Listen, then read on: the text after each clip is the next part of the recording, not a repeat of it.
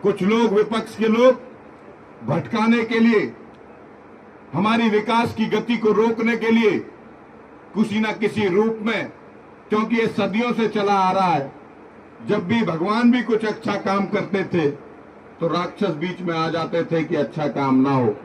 तो उससे किसी बात की चिंता नहीं है।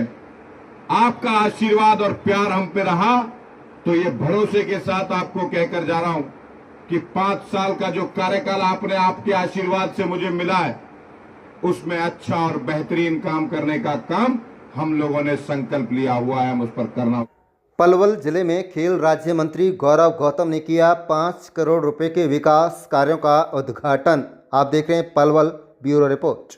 बता दें कि पलवल में हरियाणा सरकार में खेल राज्य मंत्री गौरव गौतम ने पलवल शहर के वार्ड नंबर 10 गांव कुसलीपुर में लगभग 5 करोड़ रुपए से ज़्यादा की लागत से होने वाले विकास कार्यों का नारियल फोड़कर उद्घाटन किया। खेल राज्य मंत्री ने कहा कि जब से प्रदेश में भाजपा की सरकार बनी है तब से जिले में एक भी दिन विकास कार्य नहीं रुके हैं, लेकिन विपक्ष को ये विकास कार्य रास नहीं आ रहे हैं। गौरव गौतम ने कहा है कि यह सदियों से चलता रहा है कि जब ऋषि मुनि या देवता कोई यज्ञ और कोई पूजा अर्चना करते हैं तो उनको विध्वंस करने के लिए राक्षस आते हैं। यही हाल आज विपक्ष के लोग कर रहे हैं। इस मौके पर नगर परिषद के चेयरमैन यशपाल सहित सैकड़ों लोग मौजूद रहे।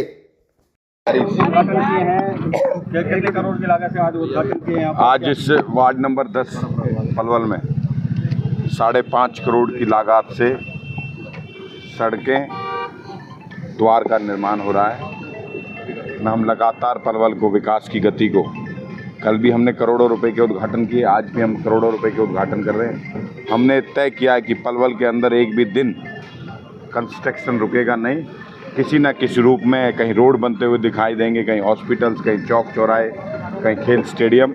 हम पलवल की विकास की गति को और तेज आगे ले जाने के लिए हर संभव काम कर रहे हैं। हमें जनता जनार्दन का पूरा आशीर्वाद और सहयोग समय समय पर मिलता रहता है। हमारे सभी साथी नगर परिषद के चेयरमैन समेत बहुत शिद्दत से काम कर रहे हैं। मैं उनको ढेर सारी शुभकामनाएं बधाई देता हूं। मंत्री जी, आपने कहा कि जब भगवान कार्य करता है कुछ राक्षस विघ्न डालते हैं, इसलिए जो आप मैंने ये बात सदियों से कही है। जब समय समय पर अच्छे काम करते हैं तो कुछ लोग आकर प्रयास करते हैं कि डिस्टर्ब हो सिस्टम।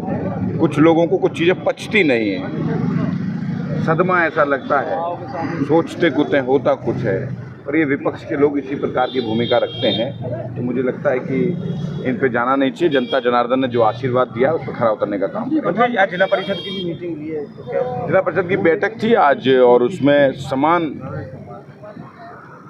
सबको पैसा डिस्ट्रीब्यूट हो, हर पार्षद को मिले, उसके लिए बैठक के सर्वसम्मति से पास हुआ है कि हम आने वाले समय पर हर जिला पार्षद को भी बराबर समान पैसा मिले और विकास के काम आगे बढ़े। मंत्री, सफाई का काम देख ले, पलवल में सफाई की भी जरूरत, लोग कह रहे हैं कि अभी जरूरत है सफाई। और नहीं, जरूरत तो स्वाभाविक रूप से समय समय पर रहती ही है और हम उसकी तरफ निगाह बनाए हुए हैं। हम अच्छा काम करने के लिए प्रतिबद्ध कर रहे हैं। मंत्री, भगवान परशुराम जो द्वार बन रहा है उस पर विपक्ष के लोग सवाल उठा रहे हैं, क्या बोल रहे हैं? भगवान परशुराम जी पर तो कोई सवाल नहीं उठाना चाहिए। अगर कोई है तो वो दुराचारी है। एक बीजेपी का भी मतलब हुआ, एक और चर्चा है G20 जनता पार्टी करके ट्रांसपोर्ट मिनिस्टर के खिलाफ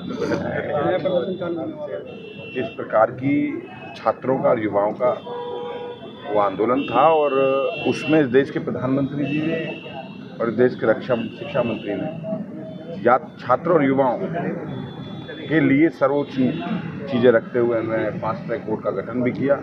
माननीय शिक्षा मंत्री जी का इस्तीफा भी हुआ, और उस छात्र आंदोलन में कुछ राष्ट्रीय विरोधी ताकतें, उस इस्तीफे में लिखा भी है कि देश के लिए, क्योंकि कुछ राष्ट्रीय विरोधी ताकतें हमारे युवाओं का, हमारे भोले वाले छात्रों का इस्तेमाल करना चाहती थी देश में हिंसा भड़के।